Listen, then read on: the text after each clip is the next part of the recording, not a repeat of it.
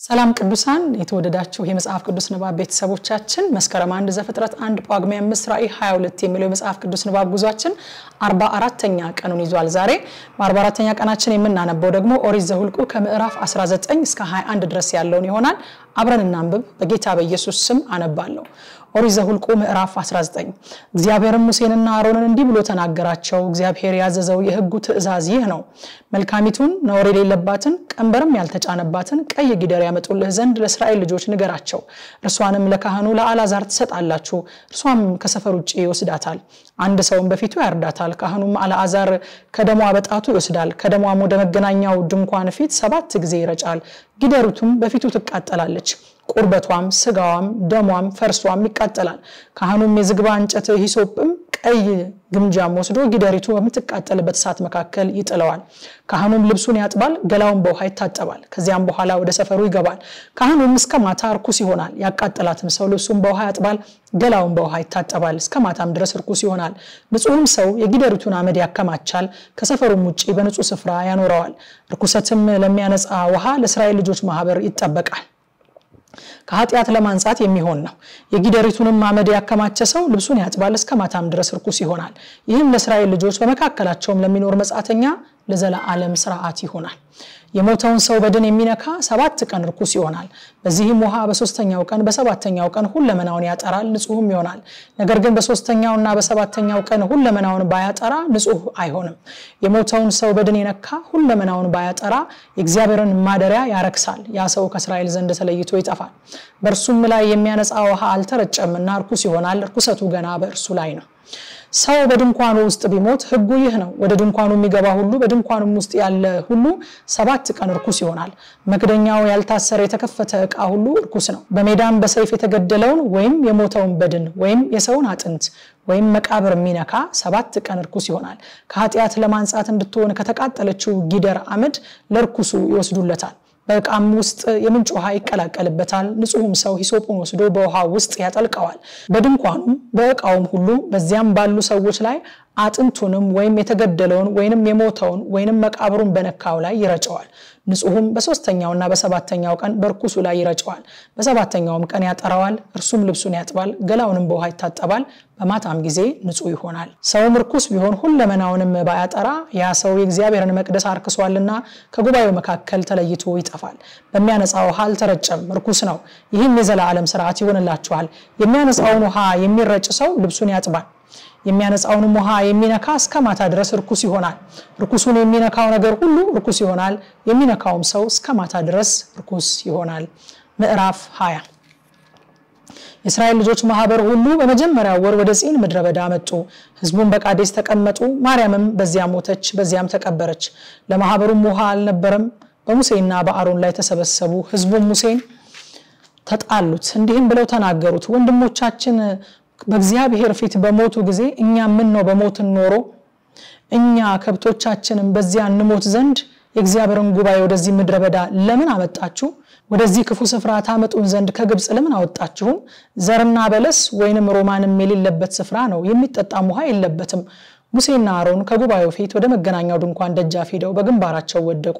የእግዚአብሔርም ክብር ተገለጠላቸው። እግዚአብሔርም ሙሴን እንዲህ ብሎ ተናገረው። በትርህን ውሰድ፣ አንተና ወንድምህ አሮን ማህበሩን ሰብስቡ። ድንጋዩም ውሃን እንዲሰጥ እነርሱ ሲያዩ ተናገሩት። ከድንጋዩም ውሃ ታወጣላችሁ፣ እንዲሁም ማህበሩን ከብቶቻቸውንም ታጠጣላቸዋለህ። ሙሴም እንደታዘዘ በትሩን ከእግዚአብሔር ፊት ወሰደ። ሙሴና አሮንም ጉባኤውን በድንጋዩ ፊት ሰብስበው እናንተ አመፀኞች እንግዲህ ስሙ፣ በውኑ ከዚህ ድንጋይ ውሃን እናወጣላችኋለን አላቸው። ሙሴም እጁን ዘርግቶ ድንጋዩን 2 ጊዜ በበትሩ መታው፣ ብዙ ውሃም ወጣ። ማህበሩም ከብቶቻቸውም ጠጡ። እግዚአብሔርም ሙሴና አሮንን በእስራኤል ልጆች ፊት ተቀድሱኝ ዘንድ በእኔ አላመናችሁምና ስለዚህ ወደ ሰጠኋችሁ ምድር ይህንን ጉባኤ ይዛችሁ አትገቡም አላቸው። የእስራኤል ልጆች በእግዚአብሔር ላይ ጠብ ያደረጉበት እርሱም ቅዱስ መሆኑን የገለጠበት ይህ የመሪባ ውሃ ነው። ሙሴም ከቃዴስ ወደ ኤዶሚያስ ንጉስ መልእክተኞችን እንዲህ ብሎ ላከ። ወንድም እስራኤል እንዲህ ይላል፣ ያገኘንን መከራ ሁሉ አንተ ታውቃለህ። አባቶቻችን ወደ ግብጽ ወረዱ፣ በግብጽም እጅግ ዘመን ተቀመጥን። ግብጻውያንም እኛና አባቶቻችንን በደሉ። ወደ እግዚአብሔርም በጮህን ጊዜ ድምጻችንን ሰማ፣ መልአክንም ሰዶ ከግብጽ አወጣን። እነሆም በምድርህ ዳርቻ ባለችው ከተማ በቃዴስ ተቀምጠናል። እባክህ በምድርህ ላይ እንለፍ ወደ እርሻም ወደ ወይንም አንገባም ከጉድጓዶችህም ውሃን አንጠጣም በንጉሱ ጎዳና እንሄዳለን ዳርቻህንም እስክናልፍ ድረስ ወደ ቀኝም ወደ ግራም አንልም ኤዶምያስም በሰይፍ እንዳልገጥምህ በመድሬ ላይ አታልፈም አለው የእስራኤልም ልጆች በጎዳናው እንሄዳለን እኔና ከብቶቼም ከውሃህ ብንጠጣ ዋጋውን እንከፍላለን ሌላ ምንም አናደርግም ብቻ በእግራችን እንለፋሉት እርሱም አታልፈም አለ ኤዶምያስም በብዙ ህዝብና በጽኑ እጅ ሊገጥመው ወጣ ኤዶምያስም እስራኤል በዳርቻው እንዳያልፍ ከለከለ ስለዚህ እስራኤል ከእርሱ ተመለሰ ከቃዴስም ተጓዙ የእስራኤል ልጆች ማህበር ሁሉ ወደ ሆር ተራራ መጡ እግዚአብሔር ሙሴና አሮንን በኤዶምያስ ምድር ዳርቻ ባለው በሆር ተራራ እንዲህ ብሎ ተናገራቸው አሮን ወደ ወገኑ ይከማች በመሪባ ውሃ ዘንድ በቃሌ ላይ ስላመጻችሁ ለእስራኤል ልጆች ወደ ሰጠዋት ምድር አይገባም አሮንና ልጁን አልዓዛርን ይዘህ ወደ ሆር ተራራ ላይ አምጣቸው ከአሮን ልብሱን አውጣ ልጁንም አልዓዛርን አልብሰው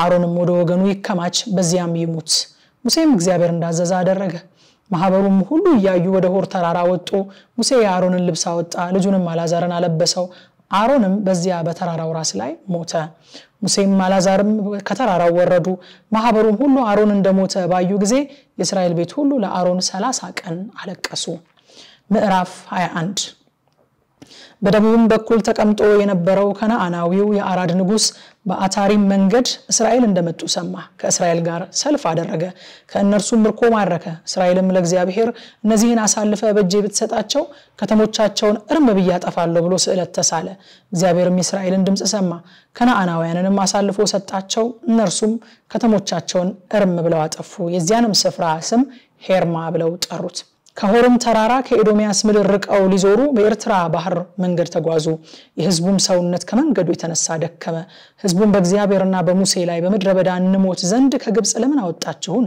እንጀራ የለም ውሃ የለም ሰውነታችን ይህን ቀላል እንጀራ ተጸየፈ ብለው ተናገሩ እግዚአብሔርም በህዝቡ ላይ እባቦችን ሰደደ ህዝቡንም ነደፉ ከእስራኤል ብዙ ሰዎች ሞቱ ህዝቡም ወደ ሙሴ መጥተው በእግዚአብሔርና በአንተ ላይ ስለተናገረን በድለናል እባቦችን ከኛ ያርቅልን ዘንድ ወደ እግዚአብሔር ጸልይልን አሉት ሙሴም ስለ ህዝቡ ጸለየ እግዚአብሔርም ሙሴን እባብን ሰርተ በዓላማ ላይ ስቀል የተነደፈውም ሁሉ ሲያያት በህይወት ይኖራል አለው ሙሴም የናሱን እባብ ሰርቶ በዓላማ ላይ ሰቀለ እባብም የነደፈችው ሰው ሁሉ የናሱን እባብ ባየ ጊዜ ዳነ የእስራኤልም ልጆች ተጓዙ በኦቦትም ሰፈሩ ከኦቦትም ተጉዘው በሞዓብ ፊት ለፊት ባለች ምድረ በዳ በፀሐይ መውጫ በኩል በኢየ አባሪም ሰፈሩ ከዚያም ተጉዘው በዘሬድ ሸለቆ ሰፈሩ ከዚያም ተጉዘው በአሞራውያን ዳርቻ በሚወጣው ምድረ በዳ ውስጥ በአርኖን ማዶ ሰፈሩ በአርኖን በሞዓብና በአሞራውያን መካከል ያለ የሞዓብ ዳርቻ ነውና ስለዚህ በእግዚአብሔር የጦርነት መጽሐፍ እንዲተባለ ዋሄብ በሱፋ የአርኖን ሸለቆች ወደ ኤር ማደሪያ የሚወርድ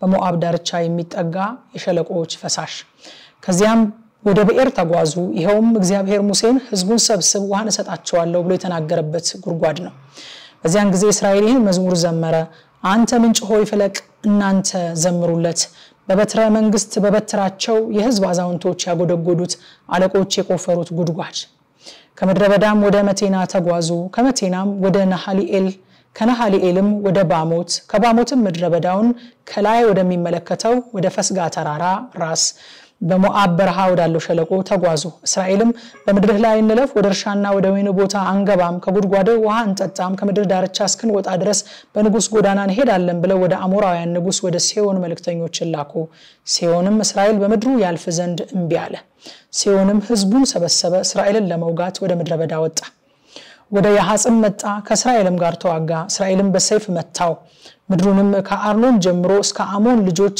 እስከ ያቦቅ ድረስ ወረደ የአሞንም ልጆች ዳርቻ ይጸና ነበር እስራኤልም እነዚህ ከተሞችን ሁሉ ወሰደ እስራኤልም በአሞራውያን ከተሞች ሁሉ በሐሴቦንና በመንደሮቹ ሁሉ ተቀመጠ ሐሴቦንም የአሞራውያን ንጉስ የሲዮን ከተማ ነበር እርሱም የፊተኛውን የሞዓብን ንጉስ ወቅቶ እስከ አርኖን ድረስ ምድሩን ሁሉ ከእጁ ወስዶ ነበር ስለዚህ በምሳሌ እንዲህ ተብሎ ተነገረ ወደ ሐሴቦኑ የሲዮንን ከተማ ይሰራ ይመስረት እሳት ከሐሴቦን ነበልባልም ከሲዮን ከተማ ወጣ የሞዓብ ኤር የአርኖንን ተራራ አለቆች በላ ሞዓብ ሆይ ወዮል የከሞስ ህዝብ ሆይ ጠፋ ወንዶች ልጆቹን ለሽሽት ሴቶች ልጆቹን ለምርኮ ለአሞራውያን ንጉስ ለሲዮን ሰጠ ገተር ናቸው ከሐሴቦን እስከ ዴቦን ድረስ ጠፉ ኖፋም እስኪደርሱ ድረስ ሜድባ አፈረስናቸው እስራኤልም እንደዚህ በአሞራውያን ምድር ተቀመጡ ሙሴም ሰላዮችን ወደ ኢያዜር ሰደደ መንደሮቿንም ወሰዱ በዚያም የነበሩትን አሞራውያን አባረሩ ተመልሰውም በባሳን መንገድ ወጡ የባሳንም ንጉስ አግ ከህዝቡ ሁሉ ጋር በኤድራይ ይወጋቸው ዘንድ ወጣ እግዚአብሔር ሙሴ እርሱንና ህዝቡን ሁሉ ምድሪቱን አሳልፌ በእጅ ሰጥቻለሁና አትፍራው በሐሴቦንም በተቀመጠው በአሞራውያን ንጉስ በሴዮን እንዳደረክ እንዲሁ ታደርግበታለህ አለው እርሱና ልጆቹን ህዝቡንም ሁሉ መቱ ሰውም አልቀረለትም ምድሩንም ወረሱ ይላል የዛሬ ንባባችን ይሄ ነበር እንደ ሁሉ ጊዜው ማታ 3 ሰዓት ላይ በጥልቀት የእግዚአብሔርን ቃል በቲክቶክ እና በቴሌግራም ስለምናጠና መጣችሁ እንድታጠኑ ጋብዛችኋለሁ ጸጋ ይብዛላችሁ